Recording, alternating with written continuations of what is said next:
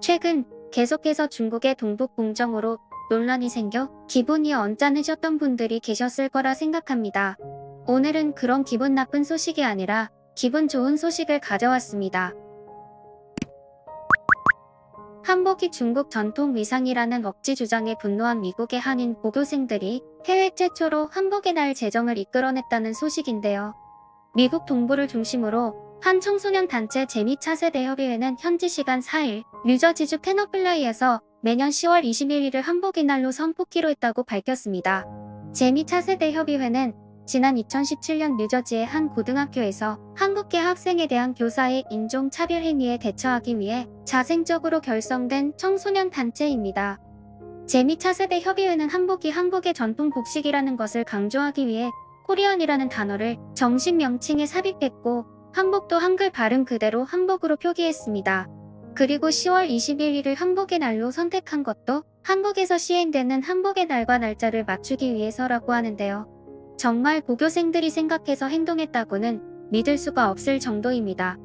이러한 한복의 날 제정을 재미 차세대 협의회는 한국을 제외한 외국에서 한복의 날이 제정된 것은 이번이 처음이다라고 설명했습니다.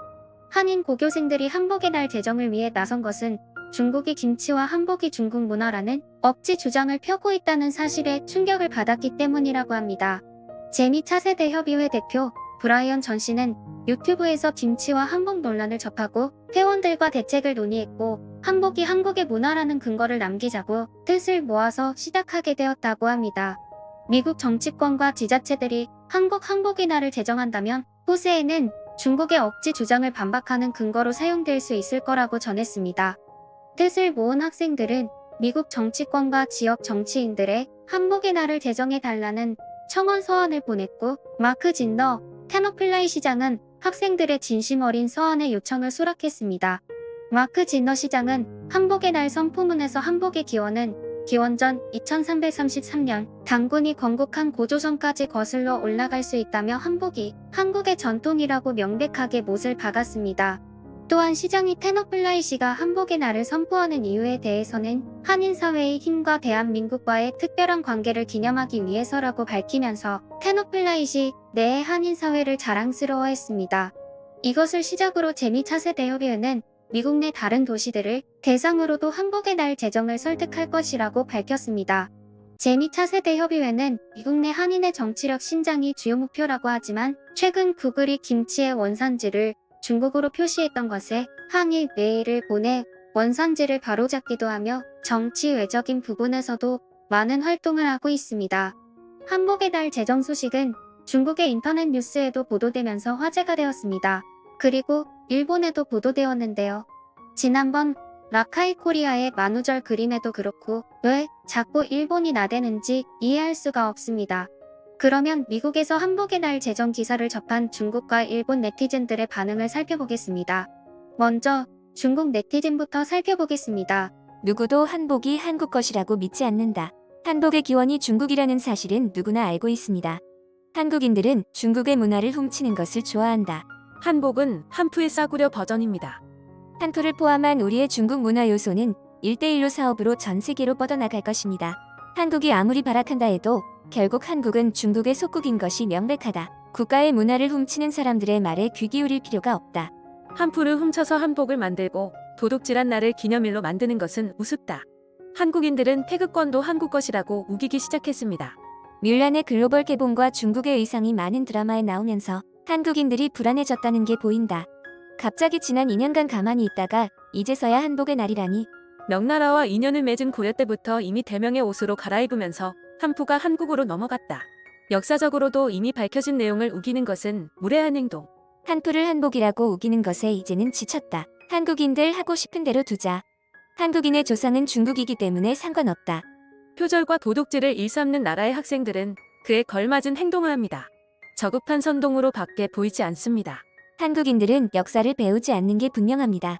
그렇지 않다면 이렇게 무식하게 우길 순 없다. 옛날에는 서울을 한청이라고 불렀었는데 바꾼 지 몇 년밖에 안 지났다. 그런데 중국의 후손이 아니라고 하다니. 한푸든 한복이든 한국은 예전에 중국의 변방 도시였잖아. 결국 다 중국 문화입니다. 예전부터 한국은 문자도 한자를 썼다. 그들에게는 글자를 만들 능력이 없었기 때문에 몇천 년 동안 한자를 썼지. 지금 그들이 쓰고 있는 한글도 대부분이 한자로 구성되어 있다. 결국 다 중국의 후손이라는 거지.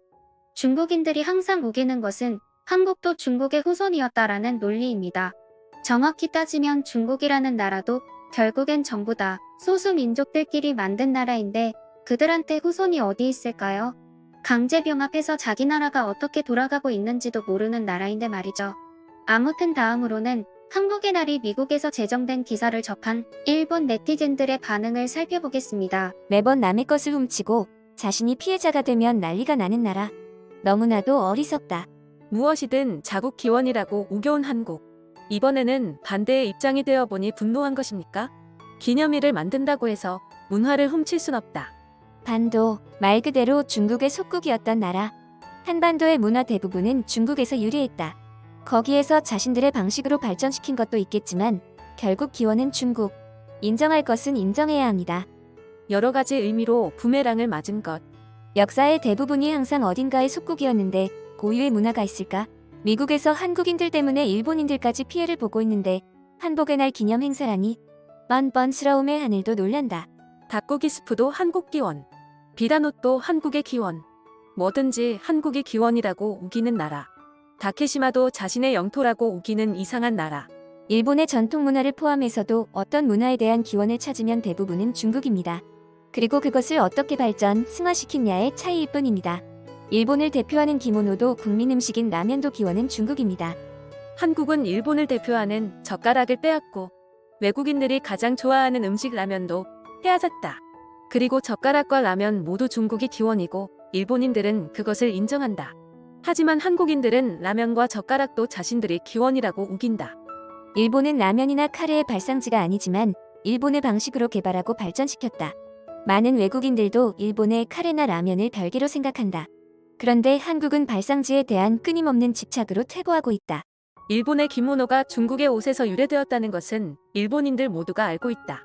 하지만 일본은 중국의 옷을 일본에 맞게 개량하고 일본만의 화려한 패턴으로 일본만의 옷으로 바꿨다. 한국의 한복 또한 중국에서 기원되었고 일본의 기모노의 화려함을 가져가 만들었다. 이후 한국인들에게 맞는 방식으로 개량되었다. 이렇게 기원을 찾는다면 중국이 맞는데 한국인들의 집착은 너무 심하다. 일본 네티즌들은 한국이 우기고 있는 거라고 말하고 있습니다. 자신들의 많은 문화들도 중국에서 기원했고 그것을 발전시켜서 일본화시켰기 때문에 기원은 의미가 없다고 말합니다. 역사라는 것에는 발전시켜서 현지화시킨다고 해서 바뀌는 게 아닙니다. 그렇기 때문에 우리는 중국의 역사 왜곡에 싸우고 있는 것입니다.